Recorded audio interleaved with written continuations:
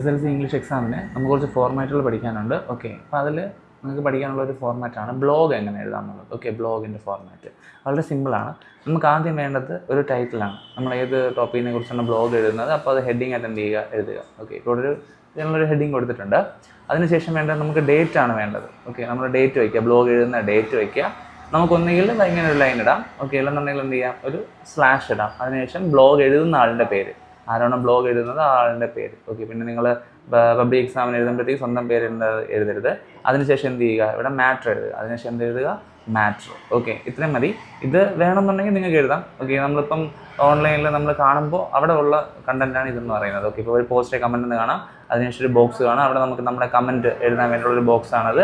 അതിനുശേഷം പബ്ലിഷ് എന്നുള്ളൊരു ഇത് കാണും. ഓക്കെ, അപ്പം നമുക്ക് ഇതെല്ലാം കംപ്ലീറ്റ് ചെയ്തതിനു ശേഷം എന്ത് ചെയ്യുക, ഇതിനെ ഒരു ബോക്സിനകത്താക്കുക. ഇതെല്ലാം കംപ്ലീറ്റ് ചെയ്തിട്ട് എന്താക്കുക, ഇതിനകത്ത് ഒരു ബോക്സിനകത്താക്കുക. ഓക്കെ, ഇത്രയും കണ്ടന്റ് നിർബന്ധമൊന്നുമില്ല എഴുതണമെന്നുള്ളത്. ഹെഡിങ്, ഡേറ്റ്, ആ റൈറ്ററിൻ്റെ പേര്, ആ എഴുതുന്ന ബ്ലോഗ് എഴുതുന്ന ആളുടെ പേര്, മാറ്റർ, ഇത്രയും മതി നമുക്ക്.